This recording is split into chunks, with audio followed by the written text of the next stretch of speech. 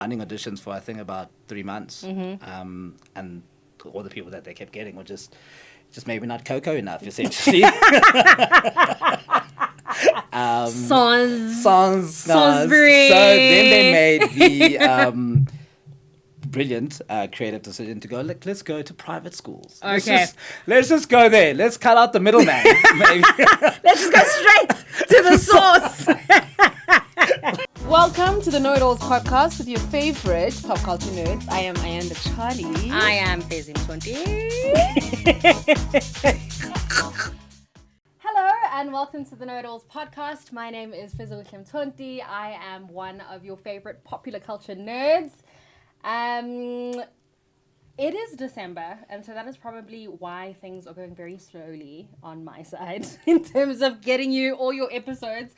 But it's year-end fatigue, so that's the thing. That's the thing. Today we have an incredible, amazing guest. We have Zano Mthembu. Thank you. I feel like if you don't sort of know what this man's face looks like, you probably weren't born in the 90s. Yeah, maybe. Or didn't really care about South African television in the 90s. Possibly that as well. Possibly that as well. Yeah.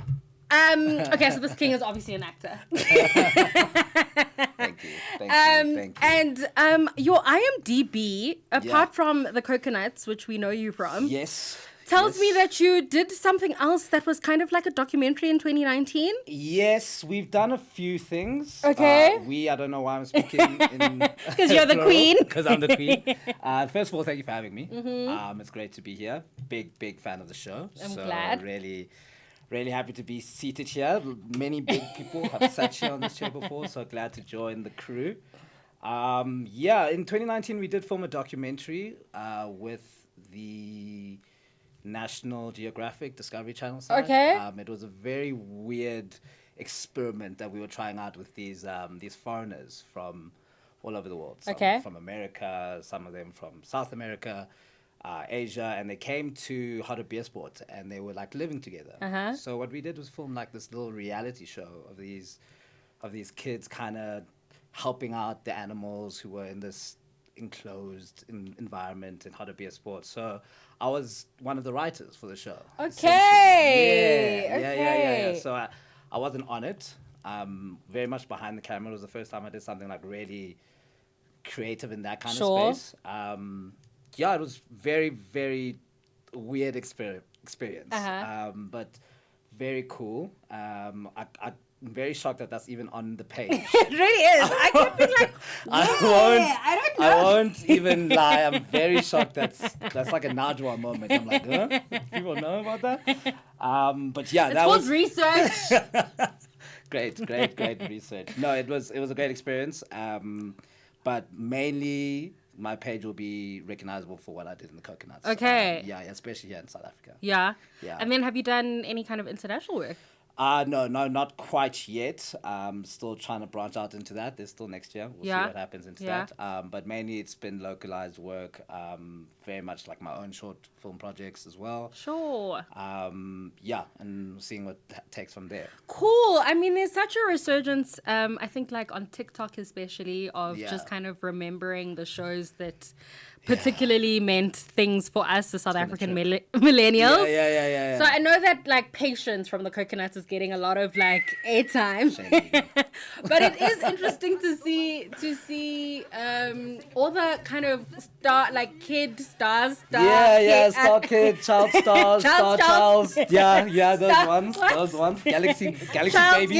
Galaxy Babies, and like to see, because you're not like a 9-to-5 actor. You are doing other things. Yeah. And just like, I mean, there's a bunch of you also that are there is that have had to create like life beyond the screen. For sure. And I think that was a huge departure point for me in terms of like moving from just being a 9-to-5 actor to branching out into other things. It's because you really, I don't know what your experience is or what other creators' experience is. Trying to find consistent work in the industry is very tough. Yeah. And we're trying to eat. Yeah. We're trying to put food on the table. So branching out was very much a necessity thing, more than actual just interest in other things. Like if I could just be a 9-to-5 actor, I would be. But it also, in the same way, it kind of taught me how to branch out and become a little bit more three-dimensional, four-dimensional, and other things. But speaking of like Shailene and the resurgence of TikTok, I think that's been blowing my mind completely. Because like, you know, at the time, the show was well received, and also a lot of shows, a lot of child stars in the South African sitcom back in the day, they were recognizable. But no one obviously knew their names, and we didn't really have the social medias, the TikToks, to kind of like push our brand forward. And now to see people, Shailene, and to see other actors going back onto that platform and also like bringing that conversation back up has been super interesting. It's like a caught fire in the bottle moment once again. So it's really interesting to see how the younger generation is now kind of like interacting with it. And all these folks that wouldn't otherwise have known about that media, having access to it. I mean, like in the first season, obviously know-it-alls, you know that Ayanda and I are really interested in like post-apartheid South African media, so of course we spoke a lot about, you know, like the 90s and what the moment of like post-apartheid South African culture looked like. But it's so cool because the season obviously is about cultural insiders to be in conversation with folks that like made it, you know. Yeah, I mean, even made it is very, very generous. Okay, but like we're part of like we're the part creation of it, 100%, of the thing. 100%. I mean, like, and it was a moment for sure. You know, like we had 2 seasons even at that time. You did. Mnet platform, which also wasn't necessarily known for putting black creatives on that space in terms of like comedy. So it was definitely a moment in the time, and really something that, you know, we really kind of gravitated towards at the time. Okay, well, we have some games for you. Hey! Some games to get a little bit of... I do like my games. Yeah, to know you a little bit more. This game is called Sorry to This Man, Gonjubani Law. Oh my goodness. Here we go. I do not know this man. And basically what I'm going to do I do not know this give you some clues, and then you'll try get a sense of who we're talking about. Oh no. Okay. Jeepers, this... It's fine because you can have 20 guesses. It's not like after your first guess. Then it's not like you're game done. over. All right. Stakes aren't that high. Okay. I'm so competitive. So, yeah. I was born on the 13th of March, 1966 is your first clue. Your face is so excellent. I am a Zimbabwean-born South African film and television actor. I grew up in England, spending time between England and Zimbabwe. You know who this is. The internet quotes him where he says, I was born in Zimbabwe in the late 60s and moved between Africa and Europe most of my life. I lived all the way through the Beatle craze of the UK and the liberation movement of Zimbabwe. And then, this gives it away, but you already know who I'm talking about. I'm best known for my portrayal of Stan Nyati on ETV soap opera Scandal as Dlamini. And then I had a role on Generations, Intersections, Rockville, Tempe Pushes, and Uzalu, and of course the Coconuts. The Coconuts. That's Daddy. That is your daddy. Tell me what's his real name. Lutuli Dlamini. Lutuli Dlamini. First of all, you would call it Rhodesia. Rhodesia. Not Zimbabwe. So let's get that correct. Yeah, tell me what it was like. You are such a young child working with already such a prolific... You know, like, he was also, I think, the first, maybe like, I don't know, starstruck is the word. But like, when I saw him in the room, in like the audition room, my mouth was just on the floor. Yeah. You know, like, I was like, oh my God, I'm in the room with Stan and Nyati. Yes. Obviously, I didn't really know him as Lutuli Dlamini at the time. But he's such a larger-than-life character as well. I think he's like 6'3" or something. He's got this boisterous voice and, you know, really talented, such hardworking individual. He was just really gracious. Yeah. Like he really took on the role of my dad in that space because obviously myself, I was probably like the most inexperienced out of the cast. Of the cast, Yeah, Dion was Dion was already doing some things with musical theater at the time.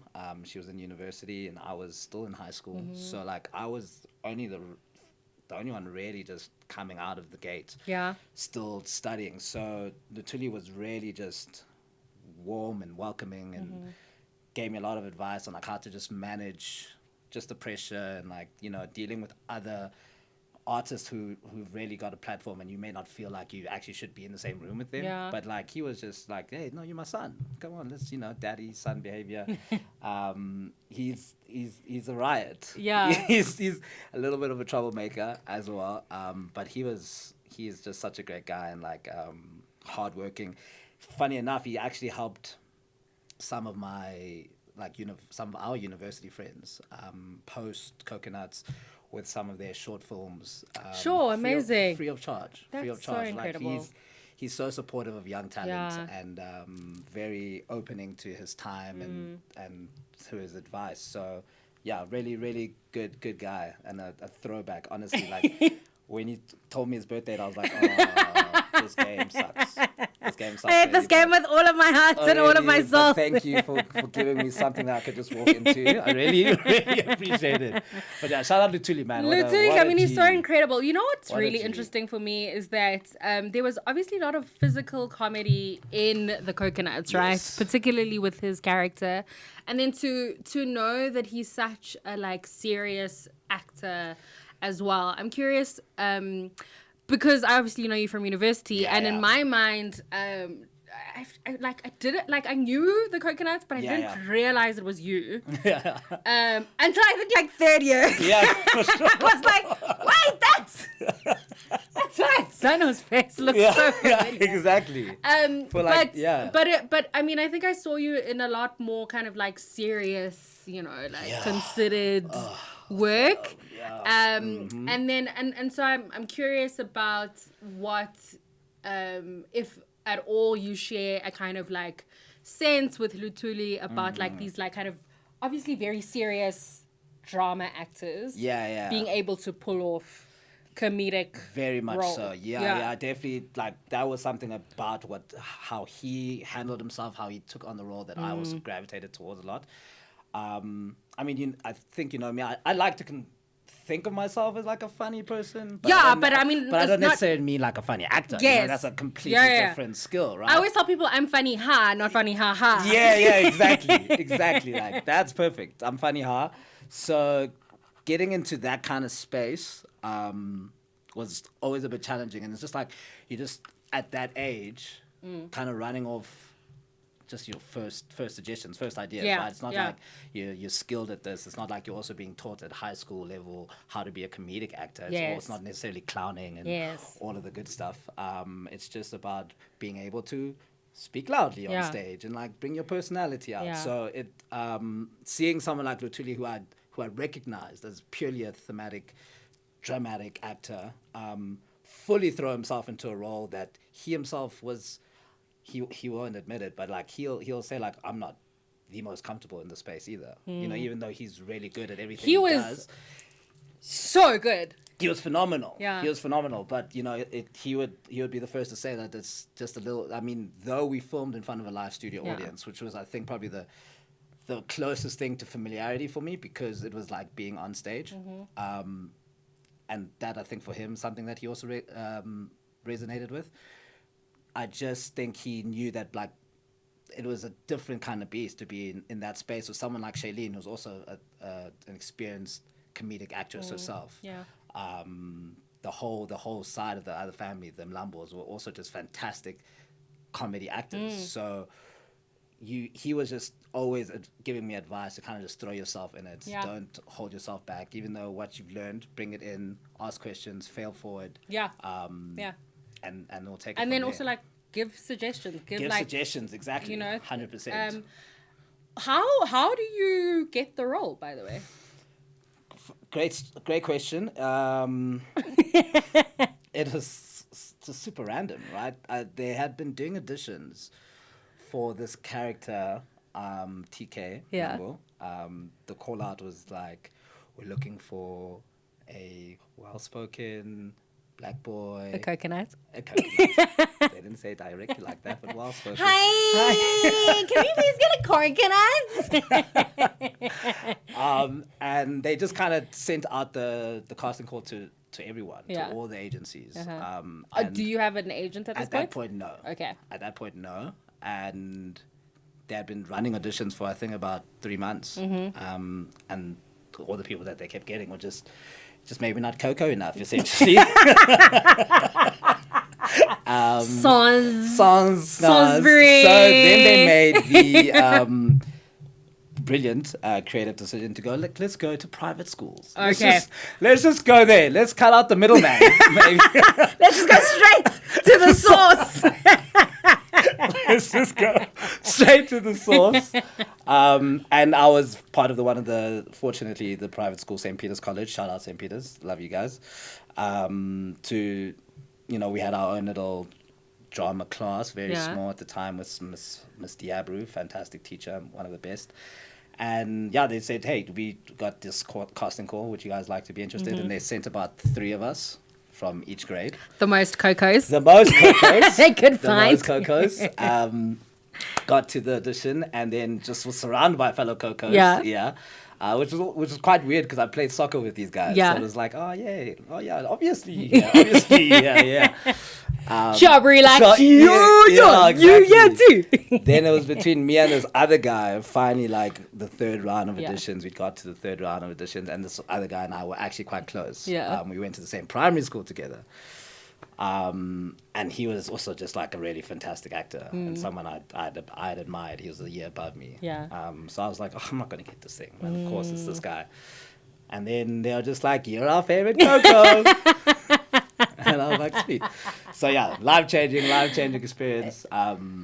Forever thankful for my mom, actually. Yeah. And my parents for putting me in that situation, for the upbringing that I had.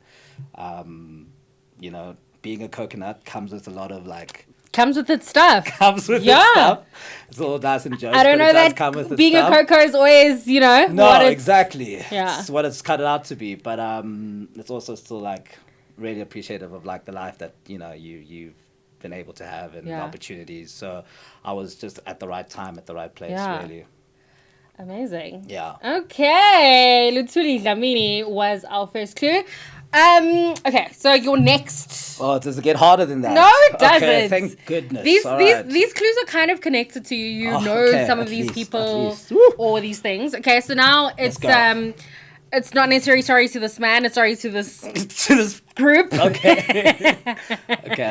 Okay, so we are a platform for the expression of spoken word. I don't think I need to carry on. As a cultural form, the craft draws on our ancestral oral traditions and fuses with modern music genres such as jazz, house music, and hip hop, which are a global phenomenon.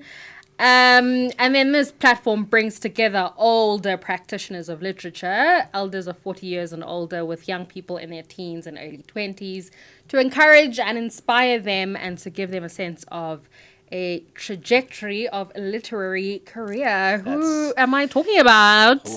That's the unbelievable team called Word and Sound. Word and Sound. Why would I be talking about Word and Sound? Word and Sound. That is a home away from home. Just an unbelievable organization, as you mentioned there, that's really dealing with live literature, spoken word. I worked with them for a period of time after university, when I was trying to find my feet. Yeah. As creatives do, not too sure where it's supposed to be, trying to figure out what's the right move. And again, fortunate enough that my sister, Uqagaza Mahare, she and her boyfriend, who's the husband now at the time, Tabiso Mahare, were running the company. And they were like, dude, if you want to just kind of just join along. We're not too sure what you're going to do. Yeah. just come see, help me carry the speakers from one point to one point and see how you can get yourself involved. Yeah. And I did. And honestly, it was, I was there for about 2 years. Okay. Working as assistant to the boss, really. Tabiso and I really got close, doing a lot of shows. And we organized many events across the country, also bringing in international artists. Yeah. Just amazing experience, really, dealing with some of the most creative, literature bending people I've ever had the experience of being around. And like, you know, Word and Sound, I give so much credit to in terms of like starting the five writing for me. I was always curious with directing and, you know, acting, of course. Yeah. And I read occasionally at the time. And then Word and Sound, really, they just opened me into this like world of being okay to be a nerd about like words and expression and poetry, like something at the time that I've always kind of like gravitated towards. You know, I'm like busy watching, I don't know, One Tree Hill, and there's a poem in the background, and I'm like, I don't know why I'm crying. I don't know why I'm crying, but I love it. And I never explored it.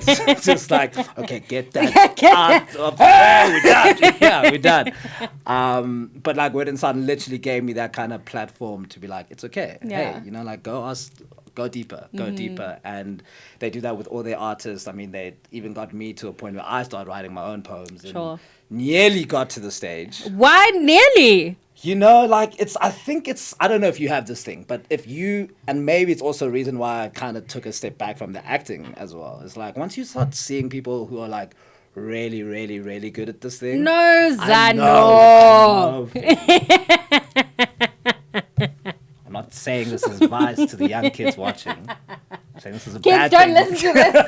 This is a bad thing. Yeah. This is a bad thing. But like, I think at that time I was like, oh my God, there's so many better poets out there than me. Like, why would I be going on the stage other than just to like get feedback? And like, am I really trying to be a poet? No. You know, just stupid questions. I really wish I had done it still. Like, it's one of my big regrets because... I mean, you are still very much alive. I am still very much alive. But, you know, sometimes...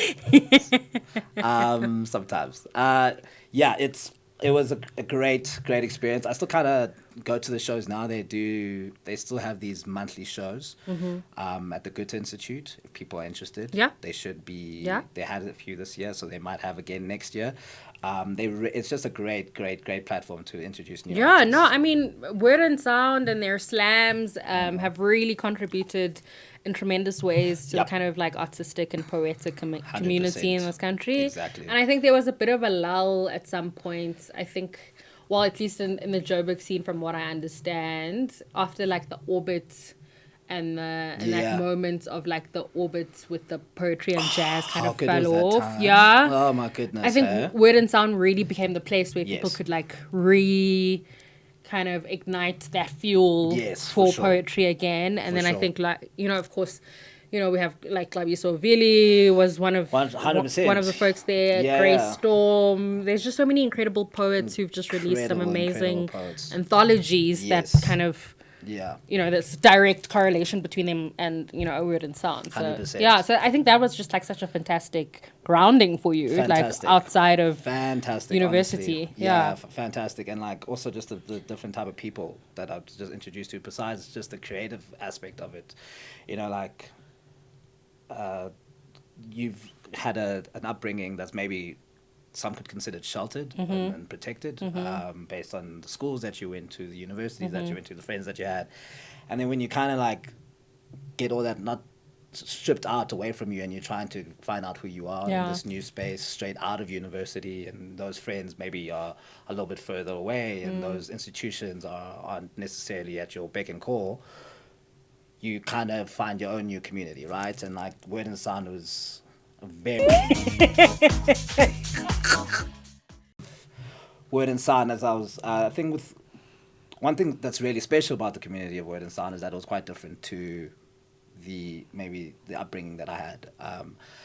You know, some could consider like my upbringing rather sheltered or protected or privileged as well. Maybe those all can be wrapped up into one description of it. And then you have your experiences and you go to university, and then you kind of get those things not taken away, but those things kind of move with time away, right? And you then try to figure out who you are. You try to figure out a new community. And Word and Sound, I've found and felt very privileged and grateful to have have stumbled onto them as a community. I mean, they really helped open up my eyes to who I am, about my culture, about my identity, about language, about gender politics, maybe conversations that I wasn't having with friends before, and maybe questions that I had about myself or about the society that I was growing up in. And I never really had a place to kind of have those conversations.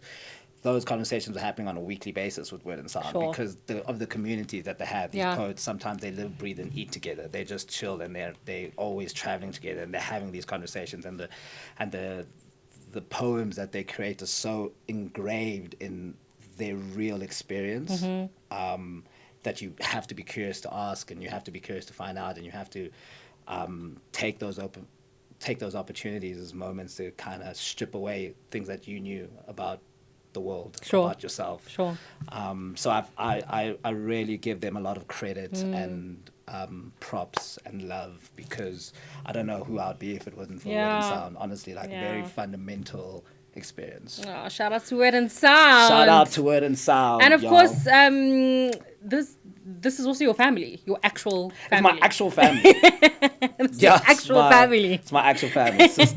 Both my sisters are there. My brother-in-law is there. It's family. It's a beautiful place. That's such a good place, and I think I don't know. Sometimes I find that like black kids, artistic kids, you often are like the outlier in the family. So I think to kind of be connected to family in that way is such a beautiful gift. Yeah, definitely. And like to be seen as like part of an artistic community at home, I think must be so good. For sure. For sure, man. And it's like it's not always been that way. I mean, especially with my family's quite big. It's huge. You know, it's quite big. There's a few of us. And I would say half of us are like creatively inclined. So it's great, but then the other half is very much business, serious and blah, blah, blah, blah, blah. So it's great to have like I can always see like at like a birthday party, I'm like, there's a difference. These are different. The brothers are different. Okay, cool. You see, you're doing super well. Here we go. Let's go. One more. Okay, this is our last one. Oh, it's the last one. Okay, I can go 3 for 3 here, baby. So this one is not hard. Okay, I believe I am a South African comedian, actor, and voice artist. I am. Do you know who I'm talking about? I mean, there's a lot. Slow your roll. There's like so many of them. I am a Muppeteer on SABC's Tagalani Sesame, also writing for the renowned children's show and Sesame Workshops International Productions. I also host shows on South African television, voice multiple characters in Disney Plus animated series Kizazi Moto, and I lend my voice to some amazing campaigns. Tell me who I am. You know what? Fez, the thing is, I've got two names. Okay. And I think there's just one of those clues there that's thrown me off completely. What? Which one? The Kizimoto one. Okay. That one has thrown me off completely. Okay, well, who do you think this is? I think it's Tyson. This is Tyson. Okay, thank God. Did you think this was who? Who was the other one? I thought it was Sandy for a moment there, but... Okay, yes, I see why. I think Sandy was also involved in Okay, that, but he was. He was involved in that. He was, in fact, involved in that. But the rest, I was like, this is all Tyson. This is all Tyson. Okay, thank God. Okay, God. Okay, good. Hey. Tell me about Tyson Gubeni. Oh. The king, the legend. The king, the legend. The myth, the man. Myth, the man. You know what? He's just the best. Yeah. He's really just the best. Also one of our friends from university. So like, it's actually quite crazy now that all of this has happened. Not all of this, like just like life has happened. I have like this distinct memory of being at Rhodes, sitting outside the drama department on like the floor, and seeing maybe you walking down the road with like Maud and Rachel, and then Tyson walking up the road with Snare and Sandy. Like just this very weird moment of like both of these groups of people that I know, who I love. And now to see where each one of those people are right now and like how far they follow their dreams, it's just so special and inspiring. Tyson, there's not a lot of words I could say that hasn't already been said about him in terms of how unbelievably talented he is. I think, and I don't even think like the world really knows it still. I think they know like I mean, thank God for okay, it's kind of let me actually reword that. Like, so I'm sure he must have been thankful for COVID at the time that we were all at home. Thank God for COVID. Exactly. Thank God for the thing that killed everyone. Exactly. As I said, I was like, ooh, wait, hold on. Whoa. Let me not get cancelled. Let me not get cancelled here, please. No, but like that time was so interesting to see how much, you know, people were getting to see Tyson's work. And it was great for his career. But I was like, you know, it's so funny that these skits are being so successful where I don't even think Tyson is like the best at just comedy. I think as a dramatic He's actor, incredible as a dramatic actor. Incredible. Yes. And he hasn't really been given, I don't think so. Yeah, the opportunity to really like show to his showcase stakes, that. And then I think like once people see that side of him, then I think it's going to be like game over. Yeah, really. that's sometimes the unfortunate thing with South African like media is that once people think they know what you are, then they keep like 100% putting you into that box. 100%. When in fact, like there's just so much. There's so much, and there's few actors that can actually like break out of that box. Yeah, and they take years even to break out of that box. But Tyson, I really think is unbelievably incredible. He's one of the funniest guys like I know, and it's almost just too natural for him. Yeah. Interestingly, not every time I have a conversation with Tyson, me and him are always like, oh, let's let's have the most serious chat about things because that's who we are. Because he is that as well, right? Like he's just so like sincere and like nice, and it's not always just like but it can be there. It can be there. Like if you give him like half a joke idea, he's gonna run with it, and you guys are gonna have a good time. But like he's such a genuine soul, super talented, and again, I still don't even think people know what he can do yet. And that excites me, and I think that speaks. I can say that for a lot of us, and a lot of people that we know in the space that are actually doing things even now. You know, your Snares and Sandy himself, yourself. Like we are still like scratching surfaces. I think.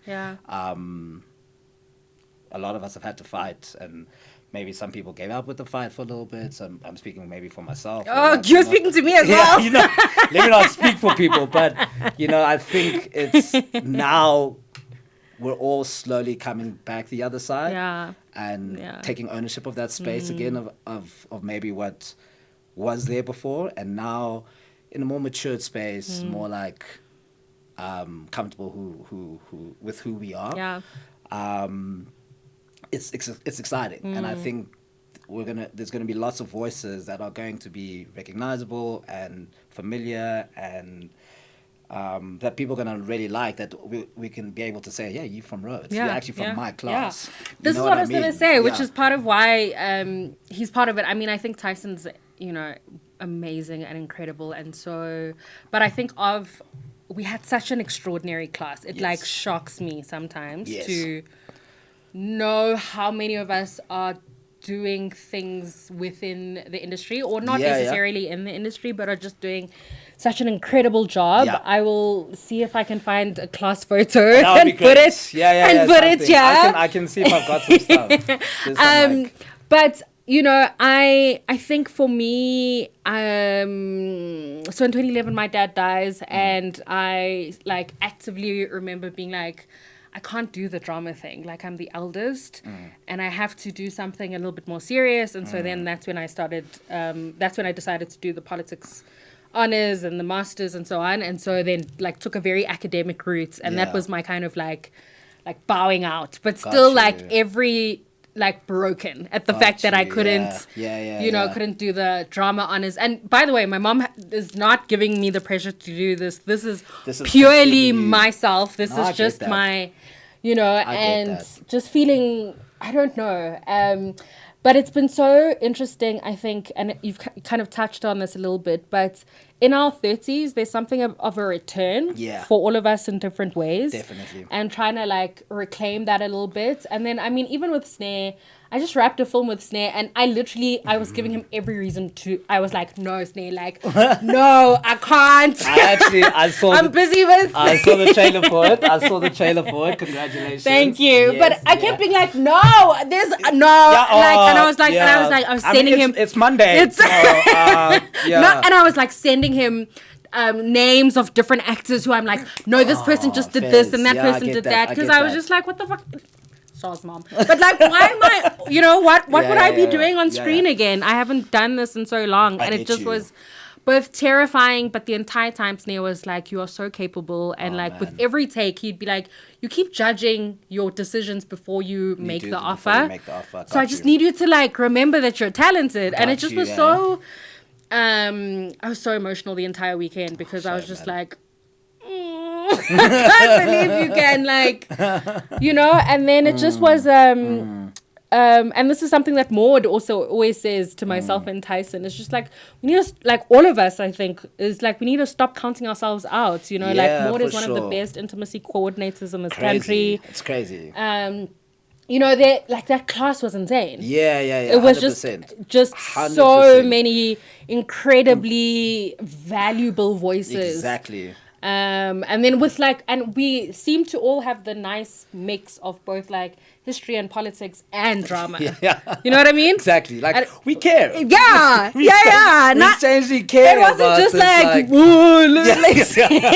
who's gonna be on television next, and I think that's what's gonna probably make us stay longer. 100%. But it has taken, I think, a lot of us, you know, some time. And I wonder, like, with kind of your kind of own journey, like, are you feeling more empowered to come back? Whatever that means. Come back. I definitely am. It's been something that I've been kind of toying with for the past few months, really. You know, working. Yeah, so much has changed. Like, through COVID and like original plans, you know, that you kind of return back to the source. Yeah. Right. Yeah. You just like, listen. I know there's only 24 hours in the day, but you gotta find that 2 hours to like bring that joy back that you had. Because you deserve it all. You deserve it all. Shout out to K Dot. Shout out to K Dot.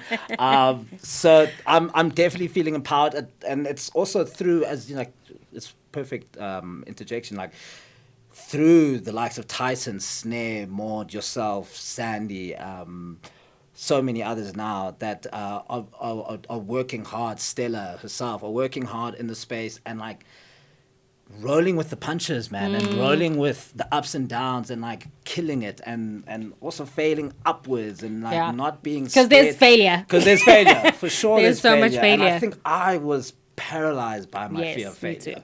Me too. Like, absolutely paralyzed by it, and then also got into my own head about like, oh, if I've not done this thing for a year, then I must be terrible at it, and I can't just pick up a script and read for a character. Like, that's an insult to like how I used to do it. Like, I used to, you know, read plays and, you know, freaking actor monologues just for fun.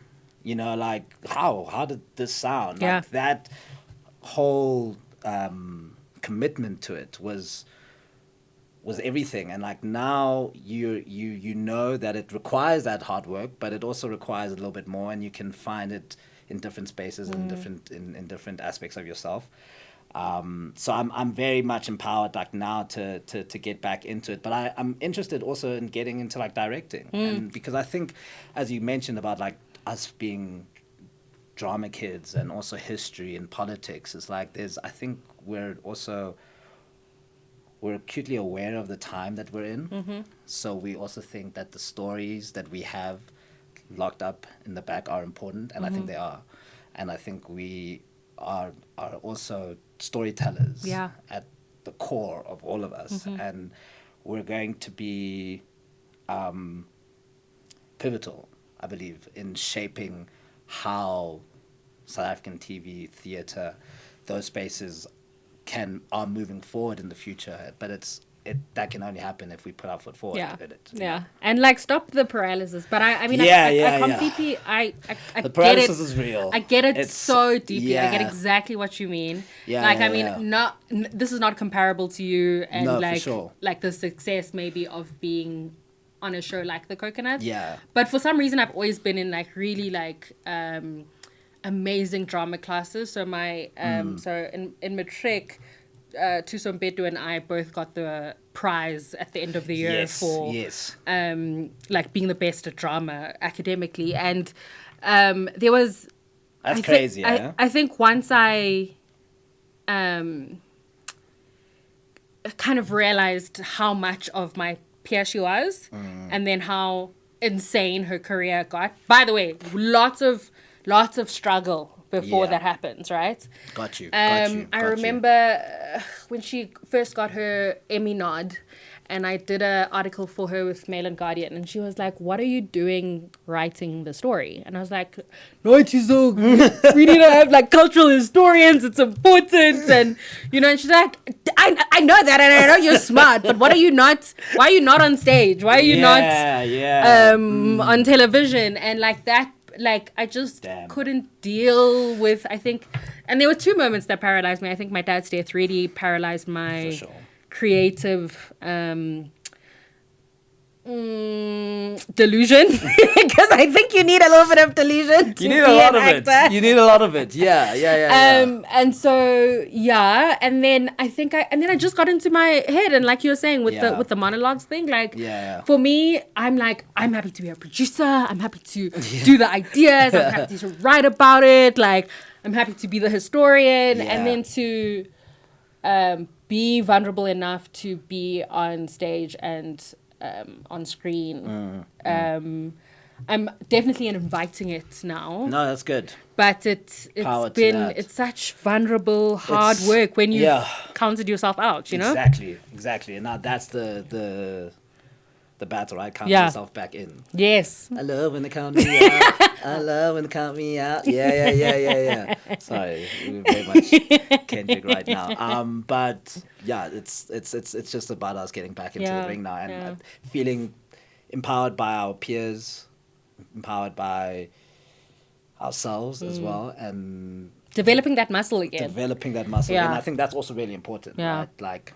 And maybe enjoying that process of like developing that muscle, like not looking at the process as like, oh, I'm so far behind what I used to be. I suck now. It's like, oh, this is fun again. Like, am I? And you also have other competencies to bring to the thing. Yes. Do you know what I mean? 100%. Like you were saying, like you're not just the actor. Now you have like all these other things that you've done in your life, but that gives 100% your artistic voice a little bit more depth. Yeah, the one thing though that I am struggling with is just the whole social media aspect still. Okay. Which I think is like, and I give so much props to every single South African actor, actress who's fully embraced this, TikToking. Yeah. I am a brand. Yeah. Like that is so difficult for me to like even comprehend and conceptualize in terms of how I carry myself in every step or every direction I look at, right? Like it's so important, and it's what directors, it's what producers, it's what people are looking at, and it's something that I know that is my next personal hurdle.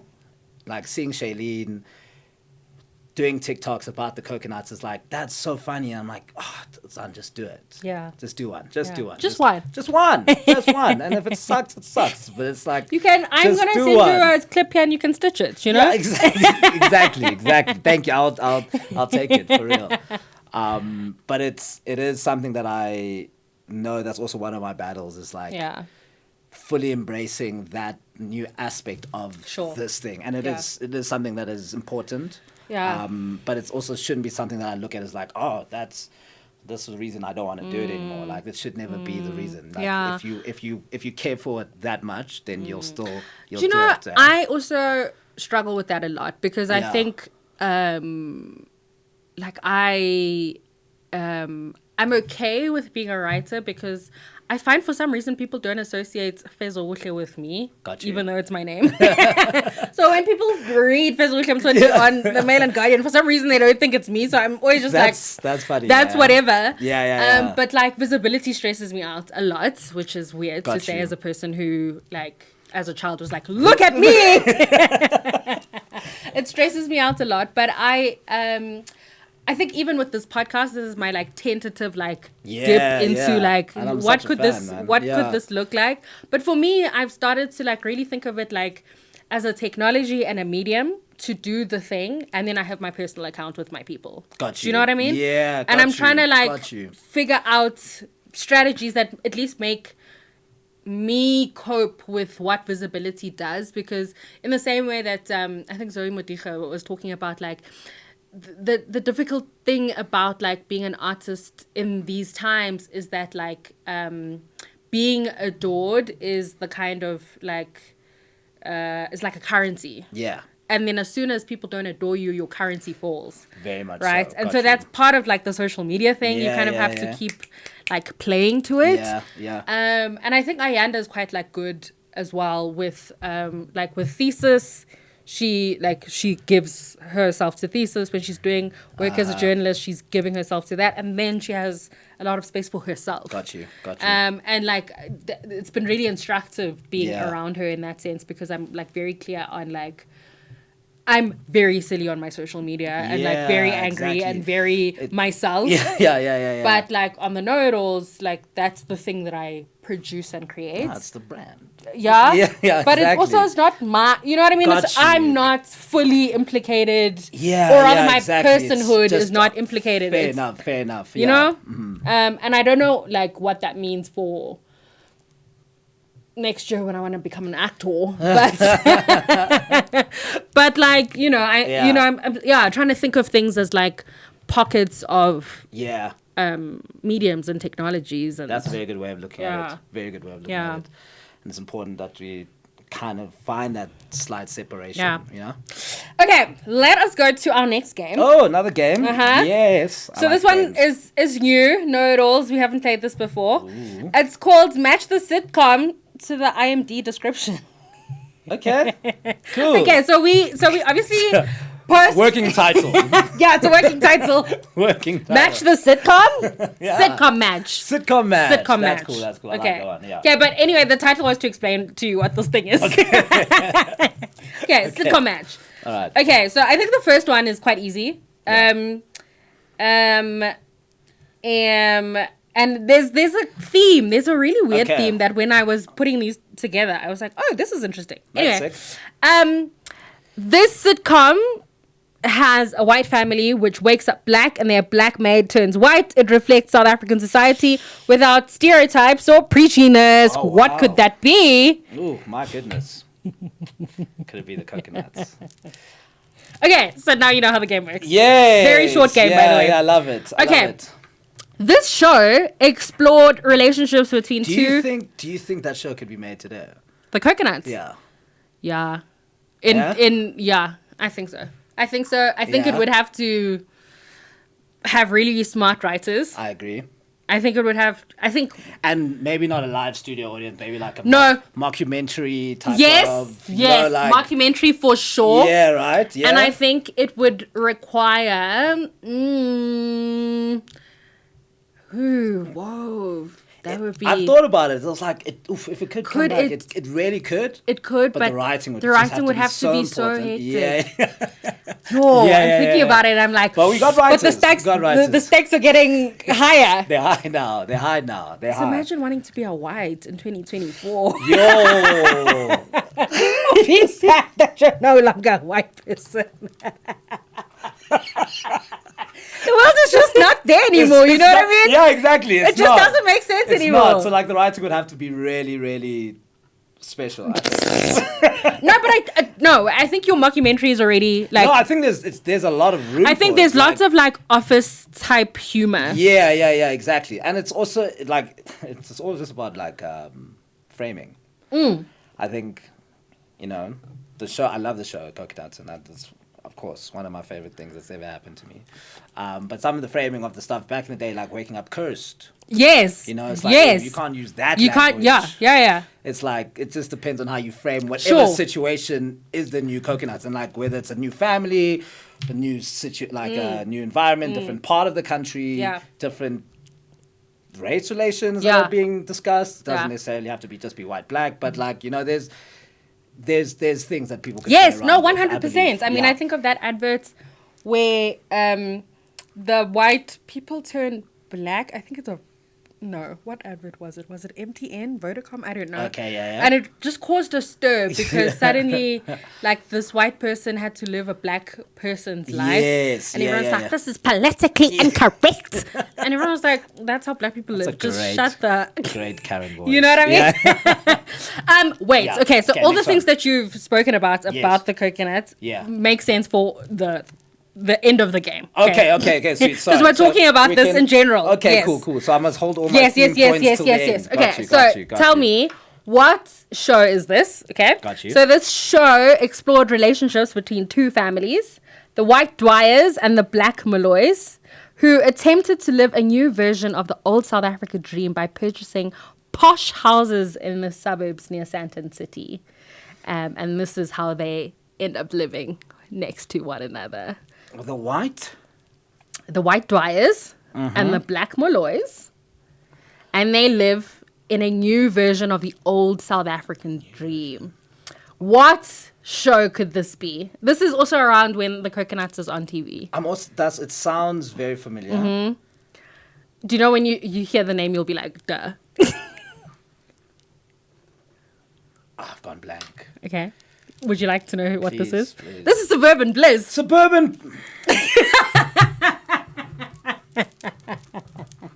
Okay, my final. Oh, and I nearly want. Oh, I'm so sorry. The cast of Suburban Bliss, please understand. I'm a big fan of the show. Please don't be mad at me, guys. Okay, my memory's terrible. So this one, just relax. It's nuts. No, I'm just competitive. It's like, and I've had like a clean sweep. Oh of my gosh! What was Suburban that show Bliss. with Fiona? So you testing me again? Wait, no, I'm not testing you. I also don't remember it, but basically, she'd be like, bye-bye.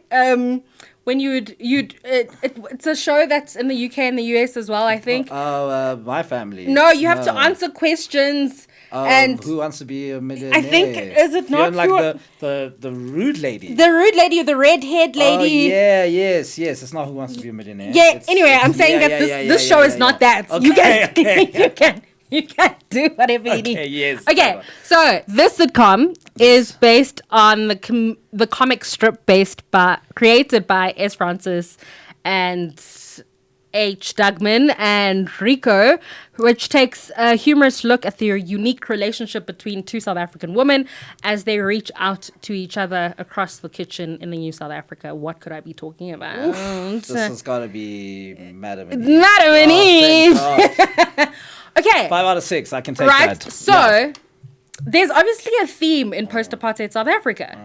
And there's a particular comedy that is being funded, that is being put on air. Yes. And that South Africans are clearly interested in hearing what like black and white spaces are, what black people in now middle class spaces look like.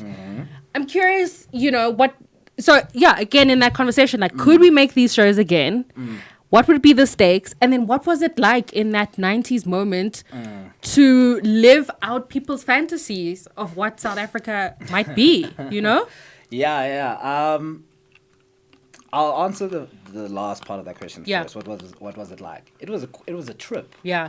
Certain points. Like, I was never really, like, famous, but they were like I struggle to think of days when I'd go out to eat with my family and we wouldn't be like hounded by huge families and just like wanting more information from me about patients or about like the dynamics of the family, or do we really live in Benoni and were people Oh, so people just couldn't suspend disbelief. They really couldn't. Oh, sorry, you thought Days of Our Lives was real? Stefano Tamara kept waking up from the dead. Exactly. Does patients really sound like that? Really?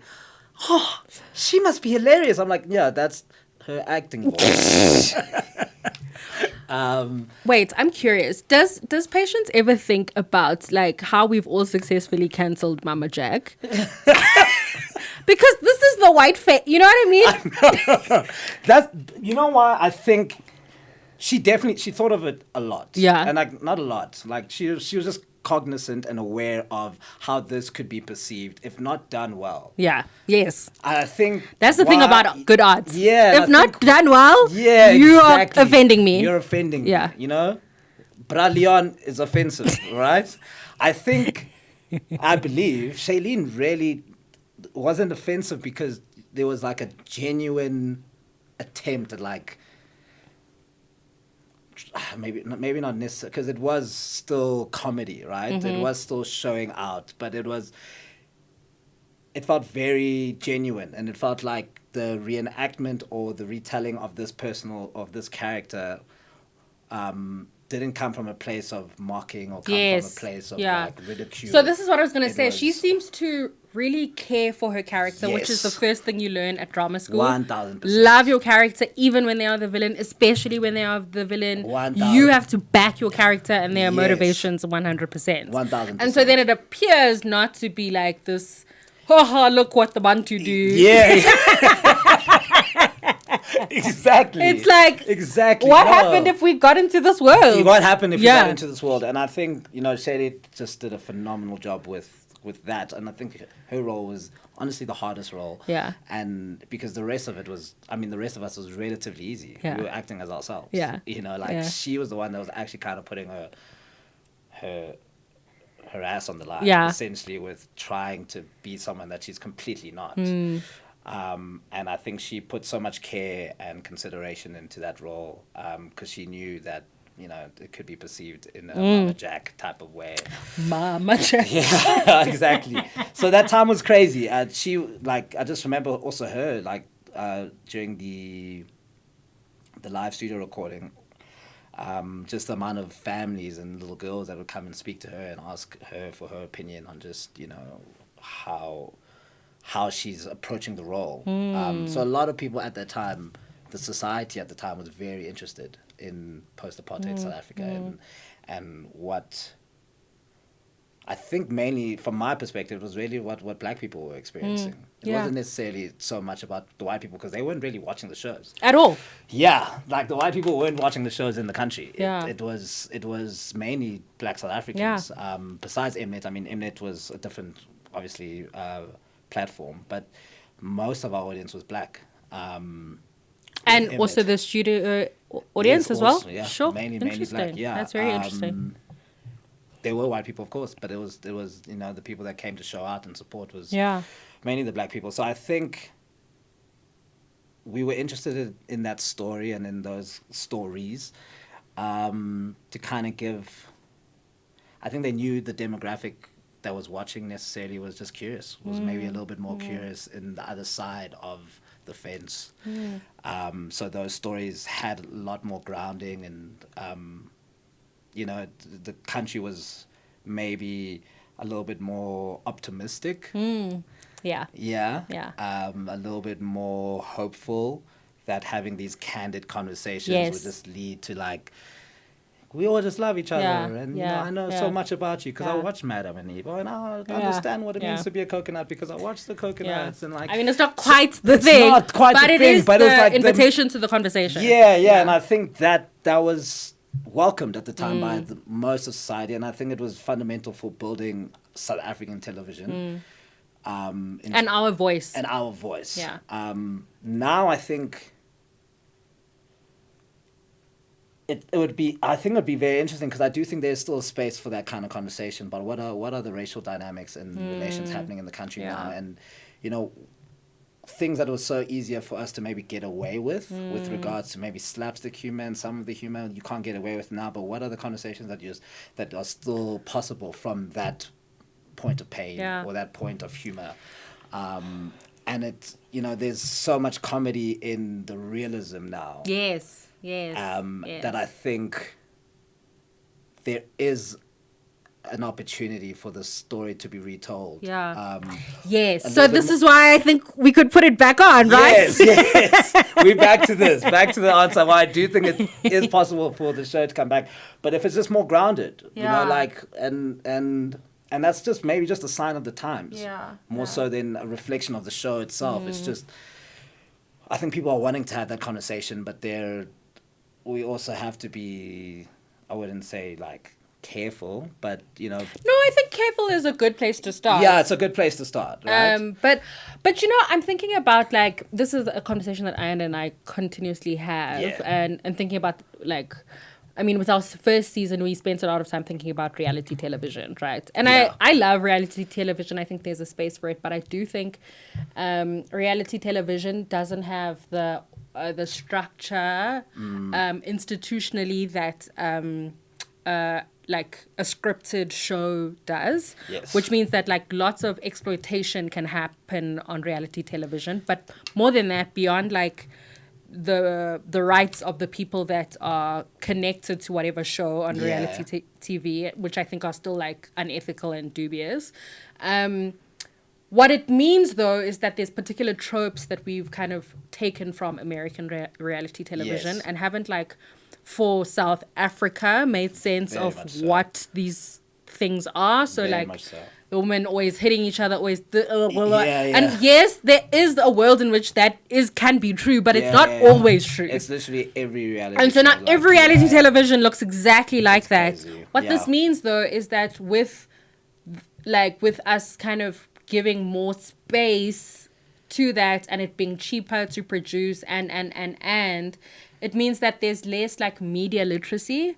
And so a show like The Coconuts now like is intimidating because now we have a media illiterate like pool of people that otherwise like in the 90s had a little bit more sense of like that was a little bit weird, but like I get, you know what I mean? I love that. You could have been like you could be like, King, but you could still, you know what I mean? You could still have I think this is why good way of looking at it, Madam and Eve, Suburban Bliss, The Coconuts could be so risky. Actually, I think a lot of that humor was really risky. It really was, especially like. Guys, the other day we were all kind of killing each other, and now today we're like, see. Welcome to the new South Africa. That's crazy. Yeah, it's nuts. That's a crazy thing to do. Nuts. You know what I mean? Absolutely crazy. But South Africans were brave, I think, for putting these shows. And then also, a thing that we were a little bit like scared to discuss was class, right? And the idea that black people were going to encroach on white people's spaces, 100%. being in the middle class, like that was the main it thing, was like very taboo, I think, in many ways to have that conversation. So. I do want to hold my position around classness. Like I'm not, making a. I'm not now then being like, the blacks that have money are the beast ones. No, that's not what I'm saying. But I am trying to say that like it really troubled. And I think comedy does that so beautifully. Yeah, I mean it's. And it just makes me a little bit sad now that like Netflix is giving particular kind of comedies money. Yeah. And then like others not. Got you. And so they whilst the story is still important and it's very, and it's also very like stamp of approval to particular black people's experience and not exactly. And there's something about the generosity of spirit in the 90s. I felt like if you weren't watching Suburban Bliss, you were watching Instomo. Like there was such a diversity. You're watching Zino Mthembu. Like you had such a diversity of South African comedy that was talking about different articulations of South African life, and we don't have that really anymore. And that like breaks my heart. Yeah, no, it's. I mean, it. How can I say it? It's like product of. My mind's just gone a little bit like, it's product of. We as a country maybe losing.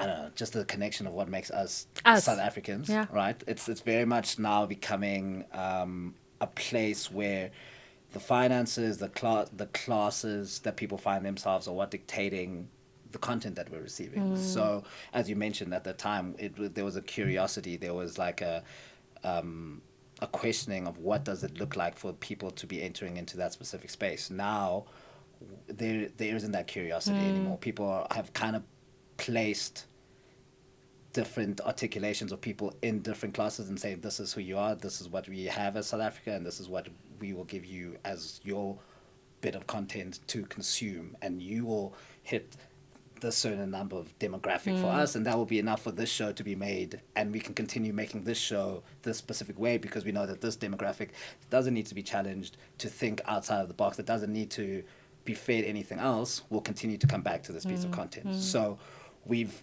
kind of moved away from the risk-taking element of it. We've moved in towards like very much just profit-oriented way of looking at the situation, which again, I obviously it sucks, but I understand it in an industry that is doing its best to kind of just stay afloat most of the time. Sure. Yeah. You know, like I don't know how successful shows like Suburban Bliss and The Coconuts and Madam Eve were to the bottom line for these producers. Sure, that's interesting. You know, like I don't know. I do know how pivotal they were for conversation starters, how pivotal they were for moving us forward into maybe, I don't know, becoming a little bit like softer and lighter with one another. But in terms of, you know, at the end of the day, the industry is dictating itself. So if the industry in itself is not gaining the actual profit from these risky ideas, then it kind of makes sense for them to kind of just fall back into, let's produce telenovelas until we bleed out. And we can't have until we bleed out. I can't do another telenovela. I just can't do it. The thing is we will. I just can't do it. The thing is we will. As a person who watched we will. Marlena and John, I've seen all the telenovelas that I need to see. Okay, you think so? The 90s soapies were fire. They're gonna find another we one. do not need. There's gonna be another one called like the Parkmore Princess. I hate it. I hate it so much. I hate it so much. But I think you make a really useful point, and I think SABC. This is why whenever you like mess things up, it is such an indictment on 100%. It's on huge. what can happen in this country. Huge, exactly. Because also all you people that keep stealing from the SABC, there's something about also the 90s that had like a big edutainment component to it, but still good, thoughtful shows. So when I think of something like Intersections, there's no way you leave Intersections not thinking deeply about your sexual life, the decisions that you're making. Important shows. But the story is still, you know, like you're invested in great the stories. Writing, exactly, 100%. And so, like, now that we are just focusing on the streamers to give us particular content, they also have a very specific bottom line. 100%. And that bottom line doesn't necessarily correlate with figuring out what's happening in South Africa. 100%. You know, like I've been working with a few other producers and writers to try and, you know, start my own maybe short film or whether it's like a pitch a TV idea to Showmax, and you just kind of get their briefs that they're looking for, and you're like, whoa, what I want to pitch to you guys is completely different to what you guys are looking for. And if you're going to take a chance on me, then thank you, but there's so many things that I need to do and bring to the table for you to just be able to take that chance. What they're looking for, though, is not necessarily what maybe we're thinking of producing for the story aspect of itself. They're looking for the bottom line. They're looking for the streamers. They're looking for the content that they know is going to serve them, and they know they're looking for the best version of that particular content. Right? So it's a little bit demoralizing because it means that like then you can only produce a particular thing. And this is why I think like I really look up to people like Snare and Tyson, is that they were able to like do proof of concept and then people bought into the stuff. You know what I mean? And I think you know, this is an opportunity. All roads kids, let's come together and have a conversation. But I think that's possibly where we need to take it as creatives. It's hard because like the resources are hard to come by. Like the writing rooms are really small. The folks that are willing to give of their time, is very limited. But institutionally, like 20 years from now, the fact that like Coconuts has a resurgence means that it meant something. Exactly. Crazy. Yeah. It's crazy. Okay, final game. Then I'm gonna let you go and live your life. Final game. No, this has been lovely. Okay. I want the games to end, but let's go. Sure. This one is very easy. It's called This, That, and Why. This, That, and Why? Yeah, you're gonna tell me. It's super quick. Cool. Rapid fire questions. Rapid fire. Yeah. Okay. So, theater acting or screen acting? This or that at this point, and then we'll ask why later. Theater acting or screen acting king? Time is going. Theater. Comedy or drama? Drama. Drake or Kendrick? Oh, of course, Kendrick. Of course, that was okay. Let's go. One. Let's go this way. Okay, why Kendrick and not Drake? Why Kendrick, not Drake? Okay, very, very simple because they're not like us. No, I mean Kendrick is he's phenomenal, man. I'm a fan of Drake's music. I won't lie. I'm not gonna act like he did his didn't part. Bump that. Yeah, I didn't bump that. I was started from the bottom. Now I was there. I started with him. But now we squabbling. Yeah.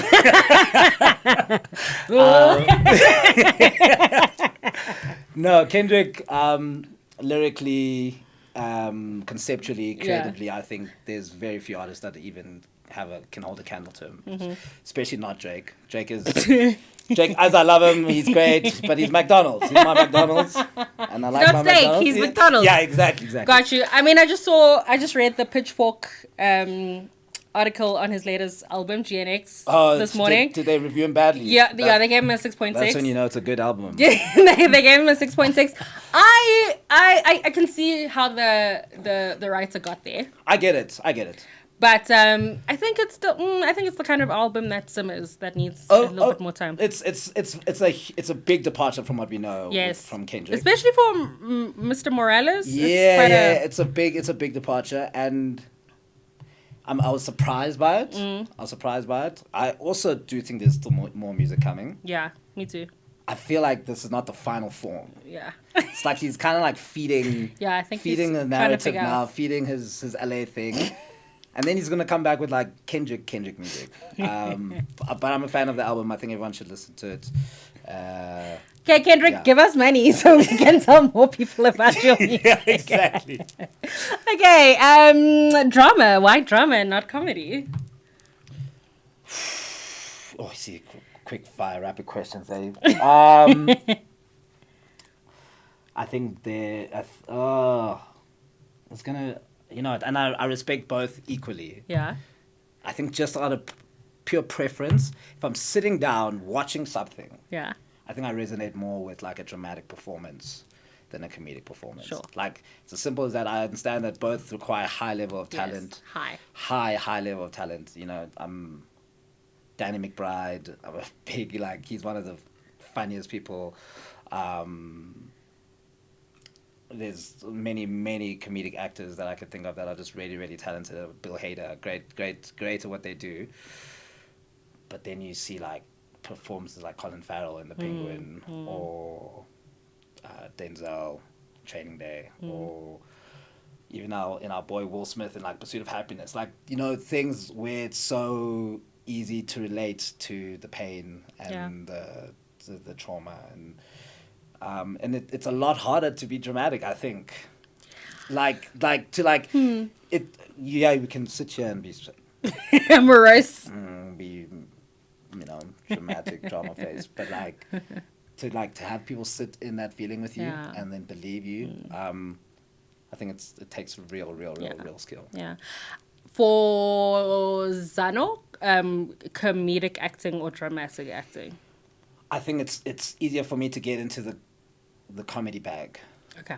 Yeah. Okay. I think that's it's yeah. But not to say that you can't access the. No, 100%. And I think the drama bag is like where I'd want to sit and be like known for. I think the comedy bag is something I think the best comedy actors are actually dramatic actors. Yeah, I agree with you too. Yeah. I agree with you too. I think you actually need to be a dramatic actor to be a good comedy actor. Yeah. Theatre or on screen, you gave us theatre. Theatre. Tell me why. On screen sucks, man. It is so much time and so much standing. On screen. I hate that thing. Sucks. I don't care what anyone tells you. Sucks. I love watching it, but doing it, bro, sucks. It's like and I think it's because of me myself that I know I come from the theatre school, and everyone's like, just bring it down. Bring it down. I'm like, it's already here. Like, no, bring it way lower than that. Yeah. So, I think also the thrill of performing in front of an audience. But you got to do live audience for, Yeah, and that was amazing. That was the best part of the Coconuts, I think. Yeah. Was that like we did like two episodes a week. Sure. So that's a lot, eh? We'd rehearse the Monday, rehearse the Tuesday, film Wednesday, rehearse the Thursday, rehearse the Friday, film Saturday. Sure. Have the Sunday off. How did you pass school? Barely. No, I actually had a tutor. I was living like freaking Home Alone, Richie Rich lifestyle. I had a tutor coming onto set. Went to like my classes from 9 to 5. They sat there in my classes. Go to geography for me, ma'am. Went to maths for me. And then I'd come back and then we'd sit for an hour and do school. Yeah. It was such a trip. I was like, this is the life. I could get used to this. This is the life. This was crazy. But yeah, no, definitely theatre. There's nothing better than performing in front of an audience, and it's live, and like you can feel it. Like the stakes are. The stakes are up here, man. Yeah. And when the lights hit you, I also just like I love that feeling when the lights hit you. I really don't see anyone in the audience, even though I know there's so many people there. Yeah. With screen acting, I'm so cognizant and conscious of everyone that's in the room. There's the camera guy here, and then there's camera here, and then you have your mark over there, and then exactly. And like you're just, I don't know. I'm like, screen acting is like almost just not acting. You kind of get your words sometimes, and you just have to be like, I love you. Where it's like I want to be like, I love you. Okay. Yeah, exactly. Okay, King. Yeah. No, I love the theatre. I love theatre. I love stage. But I probably will gravitate towards going back to screen next year. So it is what it is. Oh, we love you, Zano Mthembu. No, thank you for having me. Thank you so much for coming. This has been amazing. Thank you. No, it's been lovely. Noodles, thank you so much for watching again. It is, like I said, December, and life is life. Life is tough. So you may or may not see us in December, but we love you, and we will be on the internet somewhere. If you want to see one of us, Ayanda Charlie is performing at Thesis ZA at the Msaki Symphony, so you get to see her there. And then you will get to see my words in the world very, very soon. So we love you.